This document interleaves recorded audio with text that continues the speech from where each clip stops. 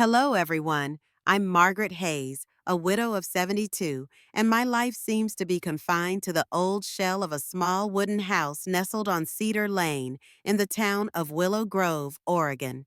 Every morning at 5 o'clock sharp, the clock chimes, and I wake up mechanically without the need for an alarm. The habit has become part of my being, as if it is ingrained in every muscle, every bone. A familiar loop called Margaret's life. Dawn is the moment I look forward to most each day. Faint rays of light filter through the old pine trees outside the bedroom window, painting the old wooden floor in soft orange-yellow bands. The creaking of the floorboards underfoot is the only sound that breaks the silence. A sad, wailing song that is a vague reminder of time and decay. This house, once a home of love and laughter, now wears a quiet and desolate look.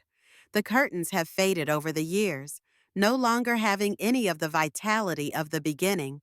The smell of rotten wood and moisture permeates the air, like a melancholy whisper of old memories and oblivion. I quietly go to the kitchen, make myself a cup of herbal tea. The gentle aroma of the tea is not enough to dispel the emptiness that clings to my soul. I sit by the windowsill, my eyes looking far away at the small garden that has long been untended. The rose bushes that Henry, my late husband, once lovingly cultivated, are now just dry thorn bushes, withered by time. Henry, it has been 10 years since he passed away from heart failure. 10 years have passed, and not a single day has passed that I have stopped thinking about him. Henry was my support, my light, my everything in life. I still remember his gentle smile, his eyes full of affection whenever he looked at me and the children. I remember the late afternoons we worked in the garden together, hand in hand, gently tending each row of soil. I also remember the cold winter nights when he sat by the fireplace and told me his own adventures in a warm and emotional voice. The memory of him always carries with it a sweet pain, as if a part of me had died with him since that day. After Henry died, I had hoped that my children would be my support system. Daniel, my eldest son, and Clara, the little girl I held every night. I had devoted my life to raising and sacrificing for them, hoping that they would have a complete childhood and a bright future. But life was not as I had dreamed. Daniel and Clara now rarely visit me, except when they need to borrow money or need me to sign some financial documents. The few calls usually start with a polite, "How are you, Mom?" and quickly turn to talk about money, bills, or unexpected expenses. I have never refused. I could say that I have given too much, to the point of exhaustion. Perhaps in my children's eyes, I am just a walking bank or an old guarantor. The feeling of being used and forgotten bleeds silently in my soul every day. Ethan, my only nephew, Daniel's son, was the only light in my lonely darkness. He visited often, unlike his father. Ethan never asked for anything. He simply came to eat some of the apple pies I made, the ones Henry loved so much. Ethan could sit with me for hours, telling stories about college, friends, and the dreams growing in his young heart. His lively voice and sparkling eyes warmed the cold house, giving me a quiet but profound feeling that I was still valuable to someone. Ethan was the last fragile but precious thread that connected me to the word family. I looked up at the old clock on the wall. The hour hand had just moved to 6. A new day had begun in Willow Grove. I knew for sure that today would be another long day, heavy with loneliness and memories, until Ethan appeared. But I could not have imagined that in just a few hours, a cruel truth would descend, tearing apart the gloomy fog of my life, pushing me into a journey that in my 72 years of living on this earth, I had never imagined. I sat in my familiar small kitchen, where the gentle morning sunlight filtered through the window, drawing shimmering streaks of light on the oak table that had been marked by time. The smell of freshly baked apple pie mixed with the gentle aroma of herbal tea spread throughout the space, creating a strangely cozy and peaceful atmosphere. Opposite me was Ethan, my only nephew, with bright eyes and an excited voice as he told about a big upcoming party that he was about to attend. In my lonely days, Ethan was a rare source of light, the fragile remaining thread connecting me to the outside world, with the sacred name, family. Grandma, Ethan exclaimed excitedly, have you prepared anything for my parents' 25th wedding anniversary party at Riverbank Lodge? I'm sure you'll be the guest of honor. The words were like a cold knife stabbing straight into my heart. The teacup in my hand almost fell to the floor, only to hit the plate below with a small sound, but enough to pull me out of my daze. My whole body froze, the blood in my veins stopped. Riverbank Lodge, Daniel and Laura's 25th wedding anniversary party. I had never heard anything about it. No invitation, no phone call, no message. On such a momentous occasion, I, the mother, the grandmother, had been completely left out. My face must have betrayed my shock for a moment, but I quickly clamped down on my emotions, masking them with a mask of astonishing calm. Over the years of solitude, I had learned to wear a mask. A faint smile crept up, and I tried to keep my voice casual, though the undercurrent was churning. Oh, I know, honey, I replied, my voice shaking slightly. Your father mentioned it, but I haven't picked out the right gift yet. A clumsy lie, only to cover up the painful truth that I had absolutely no idea. Ethan, innocent and carefree like any child, did not notice anything unusual in my reaction. He quickly apologized, his face slightly confused. Oh my gosh, I'm sorry, Grandma. I thought Mom and Dad had told you. Then he continued to talk about the party, the elaborate preparations, and Daniel's careful reminder that he should not come too early to avoid disturbing me. Ethan's every word was like a small needle stabbing into my wound, making it bleed more and more. I gently reassured him that it was okay, that I understood. I forced a smile, pretending not to care, but inside, waves of pain rose like raging waves. Feelings of being left out, forgotten, and betrayed surged. I had devoted my life to Daniel and Clara, my heart and my sacrifice, and now I was an extra, an old thing hidden away in a corner. After Ethan left, the air in the kitchen suddenly became cold and creepy. The strong scent of apple pie suddenly turned bitter. I sat silently staring at the unfinished pie on the table, not bothering to touch it. I stood up, slowly walking through the dark spaces of the house, the creaking sound on the floor like a sigh of the years. Or was it the sound of my heart breaking? A 25th anniversary party without inviting Mom? I whispered, my voice choked in the empty space. Tears began to slowly roll down my wrinkled cheeks. It wasn't because I desperately wanted to be present at a glamorous party, but because I was abandoned, ignored, treated as non-existent. The feeling of being erased from a sacred family moment by my own son was a pain that no words could fully express. It wasn't just indifference, but a cruel denial of everything I had built. And then, in that moment, a slow burn began to burn in my heart, a fire of anger, of hurt, and of a burning desire to know the truth. Why? Why did Daniel and Laura do this? Why did they deliberately hide it from me? What was hidden behind this indifference? These questions echoed in my head like a sad song that never ended.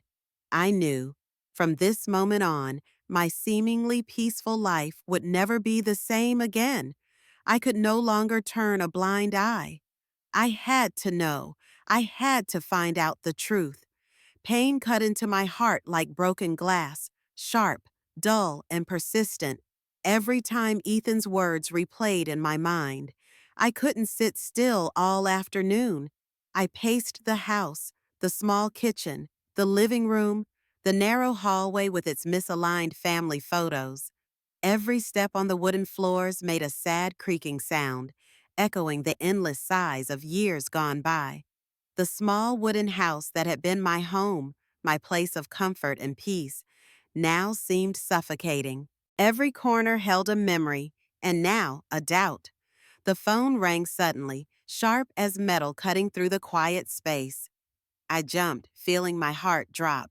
Seeing Daniel's name on the screen, a feeling of tension crept through my body. My motherly intuition, which was never wrong, told me that this was not a simple call. "Mom, I'm sorry." Daniel's voice came out, urgent but lacking in sincerity. There was something forced, unsteady, as if he were reading from a prepared script. "I meant to call you earlier. The anniversary party got canceled. Laura has a really bad case of the flu, with a really high fever." I was silent for a moment. Daniel's voice was so familiar to me. I had held him, rocked him to sleep, read every change in his expression. I knew what was real and what was fake, and this explanation didn't feel right. Something was off, like a rough stitch in a silk fabric. I tried to keep my voice even. I had played many roles in my life, especially the role of a mother who was never allowed to show vulnerability. "Oh my gosh, is Laura sick? Poor girl," I said, trying to sound concerned, even as I was seething with anger and confusion. "I just made a pot of delicious chicken soup. Shall I bring it over?" I don't know if I really wanted him to say yes or if I was just testing his reaction. Either way, I hoped to see something genuine from my son. But no, Daniel immediately refused. Even his tone was a little harsh, as if my request were something troublesome and inappropriate. "No, Mom, no need. This is very contagious. Take care of yourself. I have to take Laura to the doctor." Then click, the call was cut off, abruptly and coldly. No greeting, no hesitation, a simple disconnect. But to me, it sounded like the slam of a door that hadn't been opened for too long. I put the phone down on the table, my eyes fixed on some invisible space. Daniel's lie was obvious, clumsy, like a smudge on a love letter. He had never been good at lying, and I had never been one to be lied to by my own children. The feeling of being ignored, of being excluded from the orbit of the lives of the very children I had devoted myself to raising, now flared like a storm. I walked slowly towards the fireplace, where the fire had long since ceased to burn. Only the gray, silent ashes remained, just like my heart now, cold and heavy with memories. My hand reached for the old photo album on the shelf, the thin layer of dust covering the leather cover as a symbol of time and oblivion. I flipped through each page as if opening the door to the past. The first page was a picture of Daniel as a baby, taking his first steps on the green grass behind the house. His little face was radiant in the morning sun, his round eyes sparkling with joy, his hand clinging to my finger and Henry's. It was a happy afternoon. I still remember the feeling when my son took his first steps. The next page showed Daniel learning to swim in Willow Creek. He was shaking, eyes watery, clinging to me and his dad. But when he got a few meters on his own, the triumphant smile on his little face made me choke up.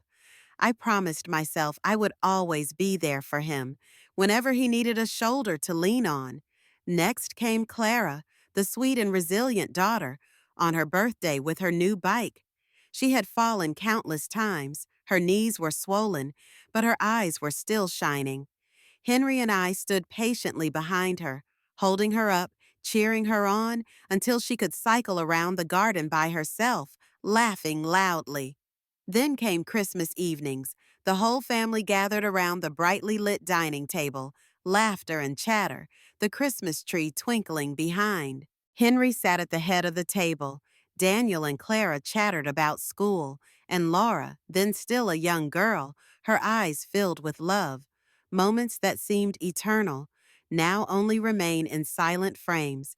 I gently caressed each photo, letting my fingers linger on each familiar face that I no longer recognized. Each tear fell, soaking into the photo paper, as if to wash away the haunting questions in me. Since when? Since when did the children become so distant from their mother? When did everything start to change? I tried to trace back every fragment of memory, every sign of the rift, but there was no clear event, no day that marked the change. Perhaps this distance was a silent process, a slow erosion. Every word, every missed appointment, every avoided glance. And now I was alone, in a house filled with old laughter, but cold to the point of being terrifying. So many unanswered questions, so many unhealed wounds, and a fire burning inside me, a fire that urged me to stop standing still. I had to find out the truth. I had to know what had caused my family to be torn apart beyond repair. The pain of Daniel's lies kept gnawing at my mind all night, keeping me awake. The feeling of being lied to, of being treated like an outsider in the home I had built for so many years, made me suffocate. When the dim light of dawn crept through the window, I knew I couldn't sit still any longer. Daniel might be lying, but what about Clara? In my memory, she was still the gentle, straightforward girl who rarely hid anything. Part of me still wanted to believe, still hoped that Clara would give me some light amidst the doubts that surrounded me. I picked up the phone, my fingers shaking slightly as I dialed Clara's number. The long ringing seemed to strain my nerves. Then her voice rang out, somewhat hurried and busy. "Mom, I'm at the bakery." What's up? Just one simple sentence, but it made my heart clench, not because of the content, but because of the distant tone. It reminded me of a familiar feeling, the feeling of being a burden that no one wanted to carry. I tried to stay calm, hiding the storm in my heart, and said in the gentlest voice I could, "Daughter, did you know that Laura has a bad cold? Daniel said the anniversary party was canceled." The question sounded like a probing strike, like a small fishing rod I dropped to find the last bit of sincerity from her. Clara replied vaguely, as if I had just asked about a stranger. Um, I'm not really sure, Mom. I've been busy at the bakery lately. Ask Daniel." Her voice lacked concern and also lacked the confusion of a bad liar. Then, as if afraid I would say more, Clara quickly interrupted. "Okay, Mom, I have a customer. I'll call you back later." Before I could say anything, the line was disconnected. A cold beep beep sounded, as if slamming shut the fragile door I had just tried to open. I clutched the phone in my hand, feeling a bitterness I couldn't name. Clara's evasiveness and indifference were no longer random. She hadn't asked a single question about Laura's condition, nor had she cared that her brother's anniversary party had been canceled. She'd said, "Not sure." How could I believe it was just plain indifference? From Daniel's clumsy lies to Clara's suspicious evasiveness, it was all piecing together a picture full of holes. And I, as a mother, was starting to see the dark patches beneath the glossy veneer of fake concern. I stepped out onto the porch and took a deep breath of the cool morning mist of Willow Grove. The leaves still held the last of the dew, glistening in the early morning sunlight, but inside me there was a heaviness that would not go away. I began to piece it all together. Daniel's hasty and careless words, Clara's cold avoidance, Ethan's careless but unusual comment the day before. Each detail now felt like a suspicious puzzle piece, piecing together a reality I didn't want to believe, that my children were hiding something, and I was the only one who didn't know. The isolation was no longer a feeling, it was a reality, the painful truth that I was no longer the center of the family, but only the shadow of a mother who was needed. I had thought, after Henry's death, that at least I still had my children, blood and flesh, the people I had devoted my life to loving and raising. But now, I was like someone standing outside the family wall I had built for myself, looking in but unable to enter. That coldness was no longer harmless indifference. It was betrayal. I remember Daniel complaining about his financial difficulties, Clara gently suggesting that I should sell the house and move into a nursing home to live more comfortably. At the time, I thought it was concern. I refused because I loved this place, because it contained my whole life's memories. But now, I can't help but ask another question. Are my children hiding some kind of conspiracy? Are those words of concern just a cover for a practical calculation? Maybe about this house? Doubt had turned to determination. I couldn't sit here with questions hanging in the air and tormenting myself with scenarios in my head. I had to know. I had to find out the truth, no matter how harsh it was. I had suffered too much. I had kept quiet for too long. Now was the time to act. The fire inside me, once a small flame of hurt, was now burning brightly with a desire to reclaim respect and truth. I would enter the darkness of this secret. I would uncover every corner. And I wouldn't stop until the truth was out. Whatever the cost, I would pay. The feeling of being lied to and disrespected hovered over my mind like a heavy, dark cloud, clouding my thoughts. I tried to reassure myself that it was probably just a misunderstanding, that Daniel and Clara had their reasons. But Daniel's clumsy lies and Clara's cold avoidance painted such a clear picture that I could no longer pretend to be innocent. I knew I couldn't continue to wait for the truth to come to me. If there was something being hidden, I had to be the one to lift the veil. The next morning, I decided to walk to the little grocery store down the street, not because I needed to shop, but simply because I needed to get out of the stuffy house, to breathe in the last bit of fresh air that Willow Grove had left.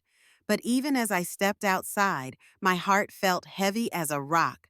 As I bent down to pick some potatoes from the produce section, a familiar voice rang out behind me, startling me. "Hi, Margaret. Long time no see. How have you been?" I turned around and saw Ruth smiling warmly, a woman about my age, her silver hair neatly tied back, her appearance still as agile and gentle as ever. Ruth used to work with Clara at the old bakery before Clara opened her own shop. We had met a few times when I used to visit my daughter, when we still had warm conversations. "Hi, Ruth. I'm fine. How about you?" I tried to smile, though my throat was tight and my heart was pounding. Ruth didn't notice anything unusual and continued happily, her voice full of heartache. "I hear Clara is making a giant cake for Daniel and Laura's anniversary party this weekend. It must be a big deal." The words hit me like a thunderbolt. I froze. The hand holding the bag of vegetables shook, almost dropping everything on the floor. My eyes widened and my heart pounded like it was about to burst out of my chest. Anniversary party, giant cake. The words echoed in my head like a cruel refrain. So they had lied. The party wasn't canceled. They just didn't want me there. I was sure my face was pale. I forced a smile, avoiding Ruth's eyes. Um, I guess so, I said, my voice as dry as cracked earth after a drought. Ruth was completely oblivious. She continued to talk about the cake, about Clara staying up all night to finish it, about how busy the bakery had been these past few days. Her words were like another stab in the heart. Confirmation that what Daniel and Clara had said was a blatant lie.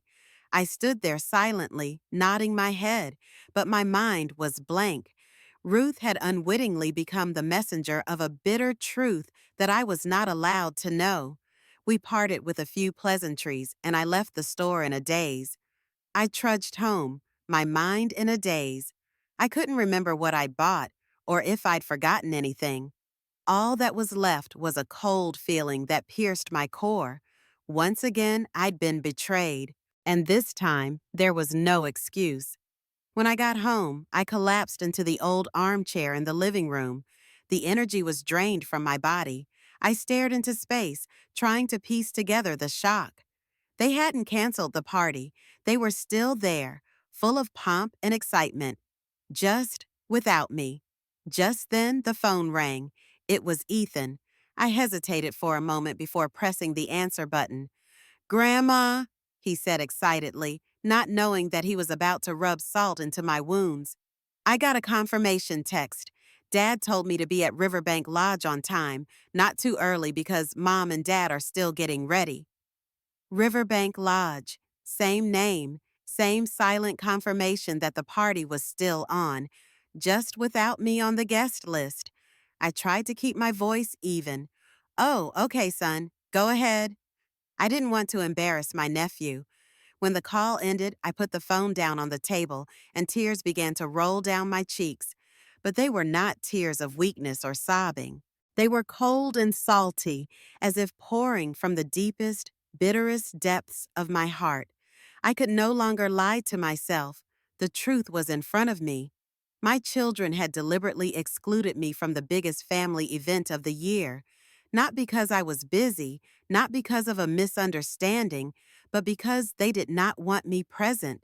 I covered my face with both hands, trying to swallow back the sobs that were rising. The feeling of being erased from my own family, of being treated as a stranger, was so painful it was almost impossible to put into words. But then, in that quiet despair, a spark ignited. It was no longer a flame of sadness or hurt. It was a flame of anger, of crushed pride and cold determination. I will not be silent any longer. I will not accept this cruelty as normal.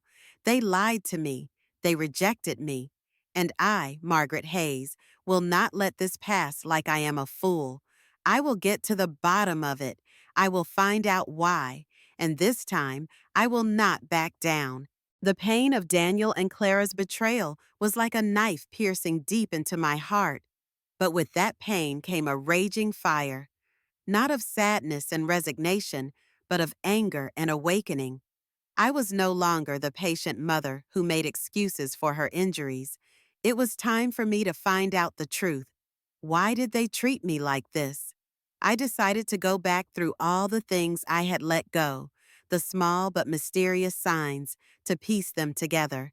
And then the real picture began to emerge, sharp and terrifyingly cruel. That afternoon, after Ethan left the house, I made myself a cup of tea, tried to calm myself, and walked into the living room, where there was an old wooden cabinet filled with family memorabilia. This was where I kept all the remaining fragments of my memories: the handwritten letters Henry had sent me in 1978, the silly birthday cards my children had sent me when they were little, and a few time-worn notebooks. I opened the cabinet doors, my hands shaking slightly as I touched each item, as if I were lifting back a thin layer of memory dust. And then I found it. A faded blue-covered notebook, nestled among a pile of old books. It was the notebook I used to record the loans I lent Daniel. When I opened it, the pages were yellowed, but the writing was still clear. Each line was a cut: date, amount, reason for borrowing, paying Ethan's tuition, fixing the car, paying the utility bill, all of it. Some were a few hundred, some were a few thousand. The familiar pleas echoed in my head. Mom, I'm in a tight spot. Please help me one more time. And like a blind person, I always said yes. I never asked for it back, nor did I ever calculate. But now, when the numbers were tallied in silence, I realized how much I had been taken advantage of. My eyes remained glued to the notebook, but my mind drifted to Clara. She visited me more often than Daniel, but when she did, she rarely asked about my health or had any real conversations. Instead, she spoke of care. Mom, our house is too old. You should consider moving to a nursing home. There are people who can take better care of you there. But behind that sweet veneer was an increasingly blatant pressure. Once, Clara even brought a real estate agent to my house without asking. At the time, I was angry and chased them away, but I never thought about it any further. Now I understand. She didn't just want me out of the house. She wanted to take over the house. Just then, the phone rang. I looked at the screen. It was Laura. I hesitated and then picked up. Hi, Mom. It's Laura. I'm sorry I haven't been able to call you these past few days. I've had a bad cold. Her voice was weak, accompanied by a few coughs that sounded ridiculously fake. I just mumbled, trying to stay calm and end the call as quickly as possible. After a few empty greetings, I hung up. My heart froze. At this point, it was clear they hadn't forgotten me. They were deliberately trying to get rid of me. Every lie, every action was part of a premeditated plan. Memories, words, and actions, all of them connected like a creepy puzzle. Daniel's indifference, the debts that were never paid, Clara's urging to sell the house, and now Laura's fake illness. All of them pointed to a single target: this house. To me, this was my home, where Henry and I had lived happily, where we had made memories of a lifetime. But to them, it was just an asset, a fat profit to be taken. A rage flared up inside me, fierce and sharp. I looked around the house, every corner now reflecting the greed and ingratitude of the children I had loved unconditionally. I saw that I was no longer the frail, resigned widow of 72. That woman was dead, choked by betrayal and greed. In her place was a new Margaret Hayes, sober, strong, and unforgiving. I will not let them treat me as an extra. I will not let them treat me as an obstacle to be eliminated. I will not back down, and I will act, not silently, but in a way they will never anticipate. All day long, my mind was racing with a torrent of thoughts. The anger inside me was no longer a flickering ember. It had exploded into a raging fire, burning away all the resignation, weakness, and fear that had bound me for so many years. Margaret Hayes, the old quiet woman who had been pushed aside by her children, was no longer there. In her place was a different Margaret, alert, strong, and ready to act in ways none of them could have foreseen.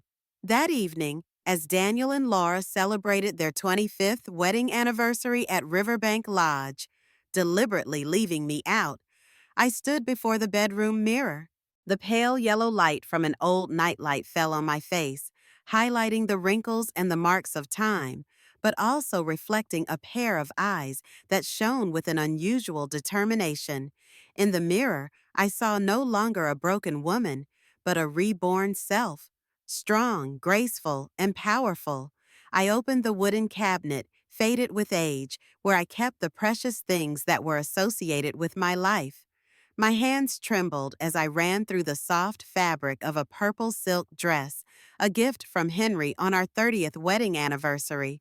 I still remember the look in his eyes as he handed it to me, the affectionate look of a man who loved me with all his heart.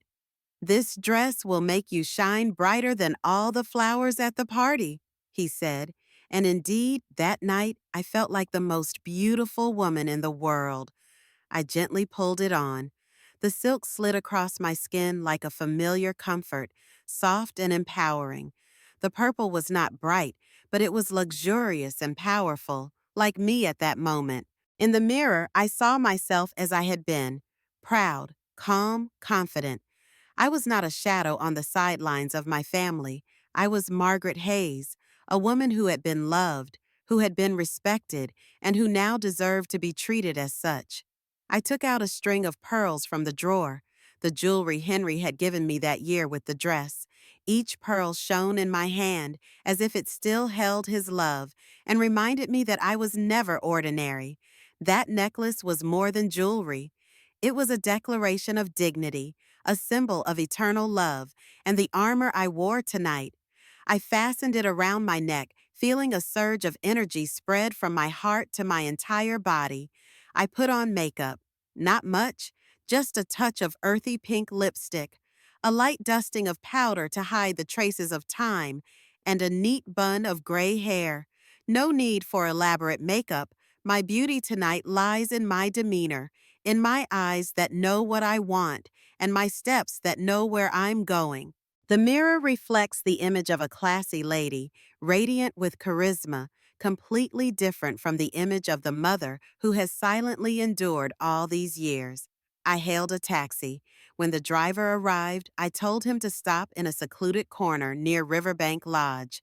Drop me a few dozen yards away, not right in front of the door." My voice was calm but firm. The driver looked puzzled, but asked no further questions. He complied. From the corner, I could see the brightly lit parking lot. Daniel's shiny SUV, Clara's car, Ethan's familiar old sedan. They were all there. Inside the restaurant, the lights were bright, the music was blaring, and the sound of laughter and chatter was loud. The scene was picture perfect, except for one crucial piece missing: me. A pang in my heart, not because I was abandoned, but because I used to love them so much, and now they see me as an obstacle that needs to be removed. The splendor of the party contrasts bitterly with Daniel's complaints of running out of money, in debt, having difficulties. I'm not sad, I despise, and that contempt gives me the strength to move on. I took a deep breath. The cool night air, tinged with the faint scent of pine, filled my chest, making me strangely alert. The old pain had been replaced by a new emotion, cold awareness and determination. I had not come to cry. I had not come to beg for acceptance. I had come to reclaim what I deserved: respect. I had come to show them how completely they had misjudged this mother. I got out of the car and walked slowly toward the restaurant. Every step was a statement. My silk dress fluttered in the night breeze. My pearls sparkled under the streetlights. I, Margaret Hayes, was ready, and none of them knew what was waiting for them behind the door. I walked slowly towards Riverbank Lodge, feeling the crunch of the cobblestones under my feet as each step was a mark etched into my memory, one step closer to the truth, to the moment of no return. From inside came the sound of lively music, the sound of laughter and the twinkling lights, all like a slow-motion ironic film, vividly recreating what I had heard from Ethan and Ruth.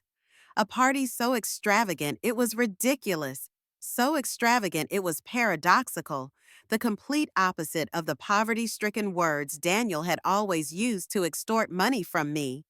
He had always said the family is broke, always used a heavy tone when asking for money, and yet now he had enough to throw a high-class party like this. A feeling of contempt welled up, colder than betrayal, sharper than a knife in the back. I didn't go straight into the main hall. Instead, I quietly circled around to the back, choosing a spot hidden from the light near the large glass window, where I could clearly see the scene inside without being immediately detected. From that angle, the luxurious interior world appeared clearly. Daniel and Laura stood in the center, holding glasses of sparkling red wine, their faces radiant as if they were the main characters in a fairy tale. Laura, who Daniel said was having a bad cold, was now extremely fresh and charming in a gorgeous evening gown. Clara was chatting animatedly with a group of guests, holding a glass of champagne like a rich young lady, and Ethan, the little boy I used to hold in my arms, was now smiling, enthusiastically taking pictures as if nothing was wrong. Seeing my whole family gathered together, enjoying that important moment without me, a feeling of extreme isolation was like a cold slap straight to my heart. They left me out of my own story. I stood there, watching the golden scene like an outsider. The luxurious dishes were spread on the tables. Crystal lights were shining everywhere. Classical music mixed with laughter. The whole space seemed to be built just for show, as if they were deliberately affirming that they didn't need me anymore. The image of Daniel, the son who had hugged me and cried when his father died, now appeared as a hypocrite, living a double life. Every detail of the party was a mockery of the trust and love I had once given. I was no longer in pain. I was awakening. As I was lost in thought, I saw a man come out of the back door. He was elegantly dressed, with a mature and elegant appearance, despite his silver hair. His back was to me, but I recognized him at a glance. Walter Brooks, owner of Riverbank Lodge, and a longtime friend of my husband Henry. I remembered Walter as a kind man, a true gentleman, someone Henry trusted and respected as a brother. They used to go fishing and hunting together, sharing their old age with glasses of wine and laughter filled with memories. Walter turned around as soon as he finished his phone call. His eyes narrowed as if to make out the figure standing in the dark. When he recognized me, his face relaxed, a look of surprise on his face. Margaret? What are you doing here at this hour? He stepped closer, his gaze both surprised and worried. I thought you wouldn't come. Daniel and Laura's anniversary party is taking place inside. His voice was warm, unchanged, the voice of someone old but never unfamiliar. I looked at him, my eyes moist, but I tried to keep my voice steady. Walter, it's been a long time since we've seen each other. I took a deep breath, keeping my voice from shaking. I wasn't invited. Walter froze. The shock was gone, replaced by horror, and then gradually turned to anger. It can't be, he stammered, unable to believe his ears. You're Daniel's mother! He told me it was going to be a private party, inviting only his closest friends. And yet, he trailed off, but the truth was clear as day. He understood. Walter looked me over, the rich purple silk dress, the delicate pearl necklace, the delicate wounded face. His eyes were filled with compassion and respect, as if he saw not just a forsaken mother, but also Henry, his old friend, in my eyes. Without another word, he took my hand, a warm, strong hand. Margaret, I don't know what's going on in your house, Walter said slowly but firmly, but you are Henry's wife, someone I've always loved. You can't stand outside like this. You deserve to be inside, as my honored guest. He turned and signaled to a nearby security guard, who immediately stepped forward and pushed open the main doors of the restaurant. A bright white light poured out, and music and laughter crashed over me like a wave. I turned to Walter. There was unwavering support in his eyes, an unspoken commitment. I squeezed his hand, feeling the strength radiating from him like an electric current. It was time for me to go in. Escorted by Walter Brooks, I entered the Riverbank Lodge lobby, where the crystal chandeliers glittered as if thousands of eyes were watching my every move. The music that had been blaring suddenly stopped, as if an invisible hand had muffled the sound, leaving an eerie silence. The entire room froze in that moment. All eyes, guests, waiters, even those in the middle of a toast, were on me. A woman who had quietly and majestically entered the center of the party like an unannounced storm. I didn't need to look to feel the turmoil behind those eyes. But then I saw them. 3 people, Daniel, Laura, and Clara, standing near the stage where the massive wedding cake was a ridiculous declaration of success and happiness. Their expressions changed. Daniel, my son, was gaping, his hands shaking so much he almost dropped his wine glass. Laura, my gravely ill daughter-in-law, looked petrified, her eyes wide and unblinking. Clara was pale as if she had seen a ghost. And perhaps in her eyes I really was a ghost of conscience and truth returned from oblivion. Ethan, my nephew, stood beside them, his face young and bewildered, his eyes bewildered, not understanding what was happening. I looked at him, my eyes softening for a moment, but then immediately hardened as I turned to the other 3. I stood straight, head held high, each breath filled with courage. No need to say anything, just look. And that look was enough to make the whole room hold its breath. It was Daniel who broke the stifling silence first. His voice trembled like a child who had just been caught red-handed. "Mom, what are you doing here? I thought you—" I interrupted, my voice firm and resonant like a church bell. "Yes, I thought your mother was in bed with the flu, Laura, and I thought the party was canceled, Daniel." Their confusion was unmistakable. Their faces were pale, drained of blood, as if I were a ghost coming to collect a debt. I took another step forward, my voice steady, sharp as steel, but without raising it. Each word was like a knife stabbing straight into their hypocritical shell. I heard it all. I heard you complaining about not having enough money to live on, while here they held a lavish wedding party like it was Hollywood high society. I heard Clara suggesting selling your father's house to put me in a nursing home while I was busy picking flowers and preparing a cake. I held out my hand to the magnificent multi-tiered wedding cake as living proof of the lie. A murmur rose in the crowd. The silence was broken, but not by joy. It was a sound of disbelief and disillusionment. I looked straight at Daniel, my voice still calm, but my eyes did not allow anyone to interrupt. I looked at the debt book. Dozens of loans over the past 12 years. Not a single penny has been repaid. And you still have the nerve to invite everyone here to create this magnificent show? Daniel tried to stammer something, but I just raised my hand gently, without words. He fell silent, as if that hand itself carried the power of his father from the past. I turned to the entire audience. Every face seemed mesmerized. My voice rang out again, this time not just to the other three, but as a loud public declaration. My house, on Cedar Lane, the house your father sweated to build, every brick a part of his memory. I sold it. There was an "oh" from almost every direction. Daniel gasped. Clara raised her hand to her mouth, and Laura staggered as if about to faint. I continued, my voice clear, each word engraved in the air. All the money I donated to Willow Grove Community Center.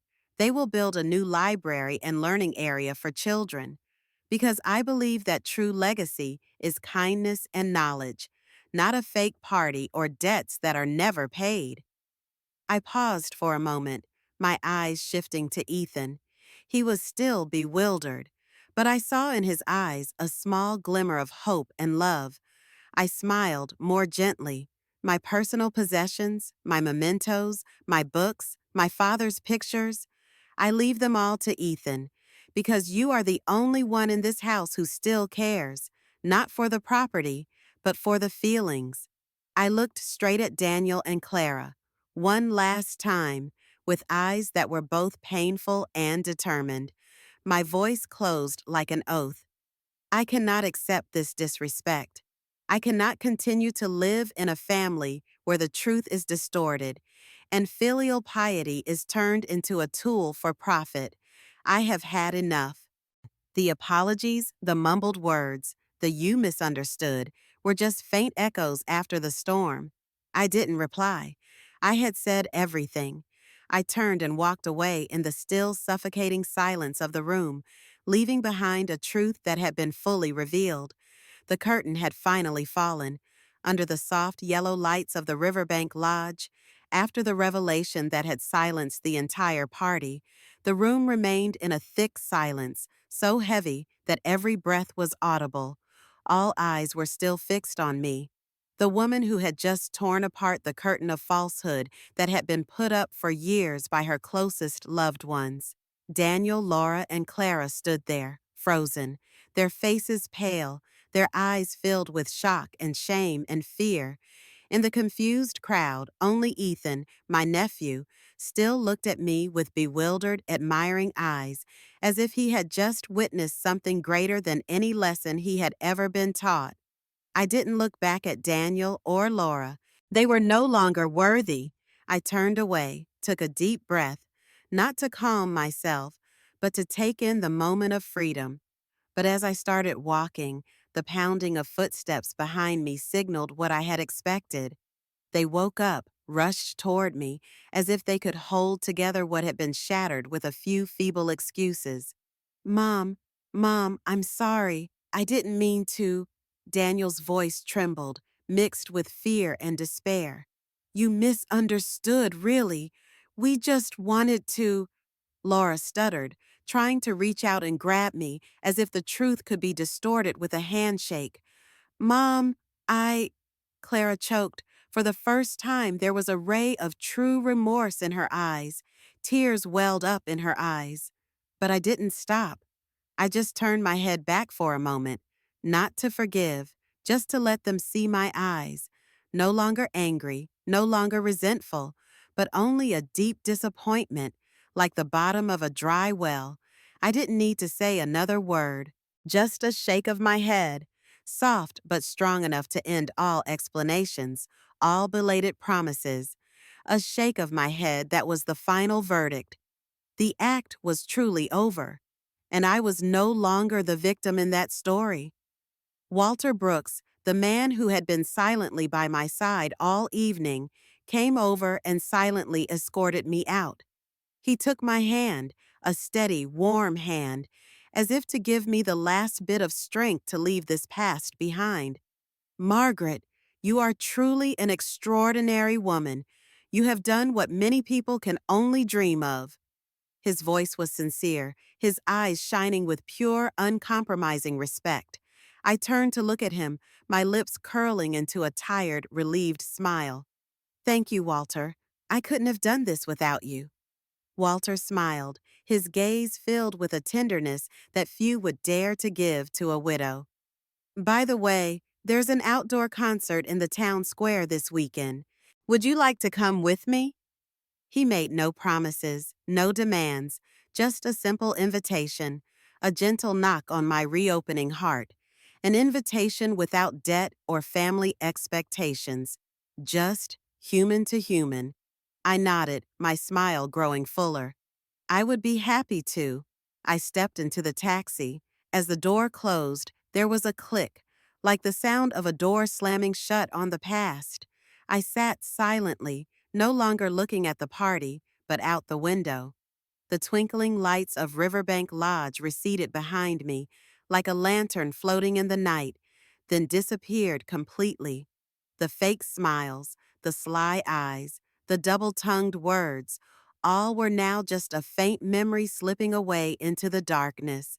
A wave of relief washed over me, so much so that I almost cried. Not out of sadness, but out of relief.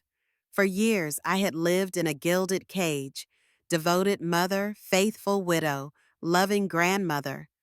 I had forgotten who I was, but today, at this moment, I knew I was no longer that resigned shadow. I was Margaret Hayes, a woman who had been lied to, who had been despised, but no longer a victim.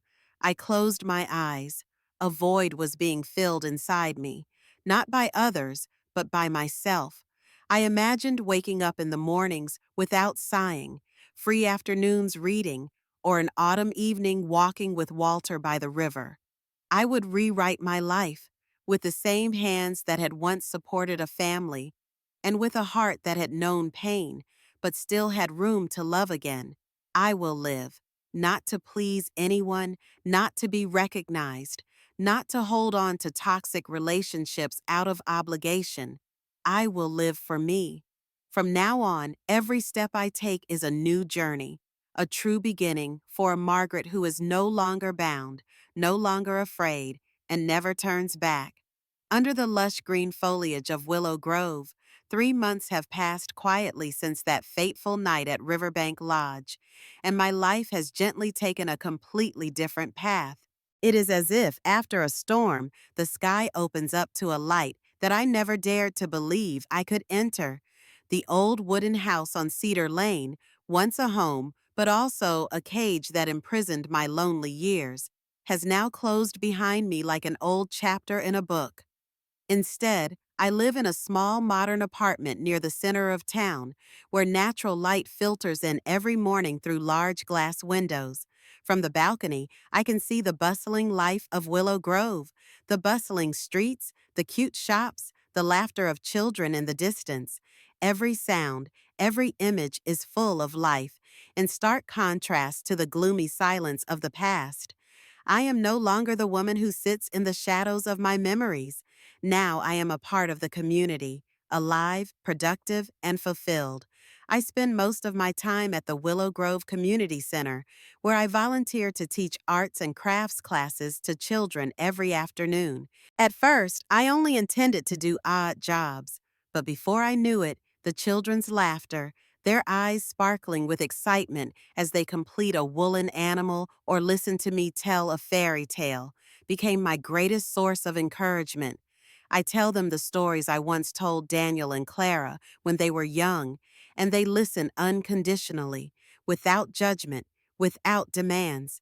They know nothing of my wounds, and that innocence makes me feel more valued than ever.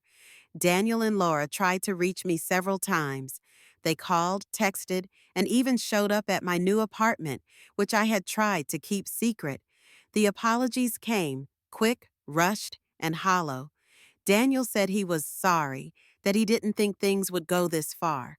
Laura told me about misunderstandings, that they didn't mean to hurt me.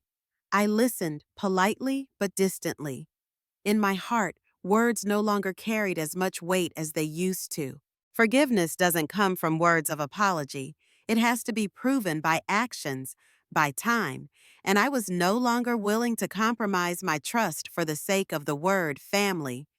I kept my distance, not completely cold, but enough to protect myself.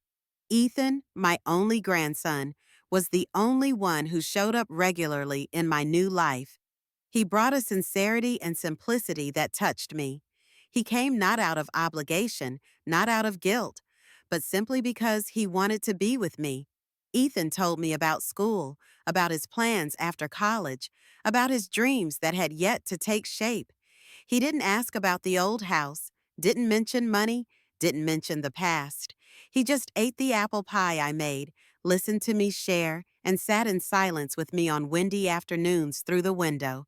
The bond between Ethan and I seemed deeper than ever, no longer the usual grandmother-grandson relationship, but two companions. He was a beacon of hope for the younger generation, honest, kind, and not caught up in the fake values I had witnessed. At the community center, the new learning area was nearing completion. I was involved from the very beginning, choosing the paint color, arranging the tables and chairs, choosing books appropriate for each age group. Every detail was the crystallization of love and dedication. Then one day, I saw a small bronze plaque mounted right at the entrance. On it was engraved the words, Henry Hayes Learning Area. I stood still for a long time, reading that name over and over again. The name of the man who loved me with the purest kindness and trust. That name was no longer just a memory, but had become a part of the community, of knowledge, and of the future. I felt a sense of pride rise in my chest, quiet but profound. This was not a simple recognition or a simple tribute. This was a declaration that true love still exists, that a person's worth is not in money or promises, but in the legacy of kindness and goodness. I knew Henry would smile from afar, and I, who had stood behind him for so many years, had now learned to step forward, strong, independent, and ready for a new chapter. Under the bright yellow sunlight of an early summer day, the Willow Grove sky seemed to want to help dispel all the darkness that had covered my life. The inauguration day of the Henry Hayes Learning Center was not only a major event for the community center, but also a milestone for my new journey, a journey of revival, of faith reborn from the ashes of memories. The atmosphere here was filled with joy and warmth. From the eager children with bright eyes, to the parents, the silver-haired elders, and even the local officials, everyone had friendly smiles.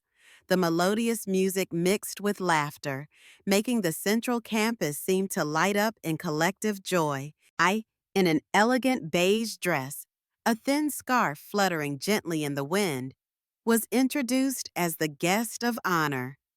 When my name was announced, applause echoed throughout the hall. I stepped up to the podium, no longer trembling or nervous like my previous appearances. Instead, there was an unusual calmness and serenity. I looked around, catching many familiar faces and also strange, sympathetic eyes.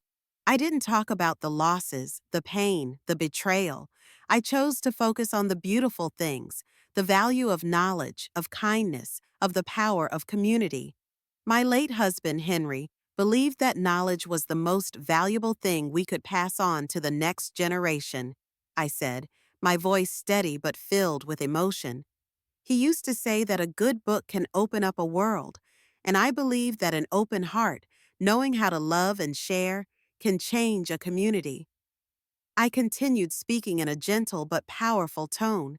Each sentence, each word was like a message, both general and personal, especially to those who had hurt me.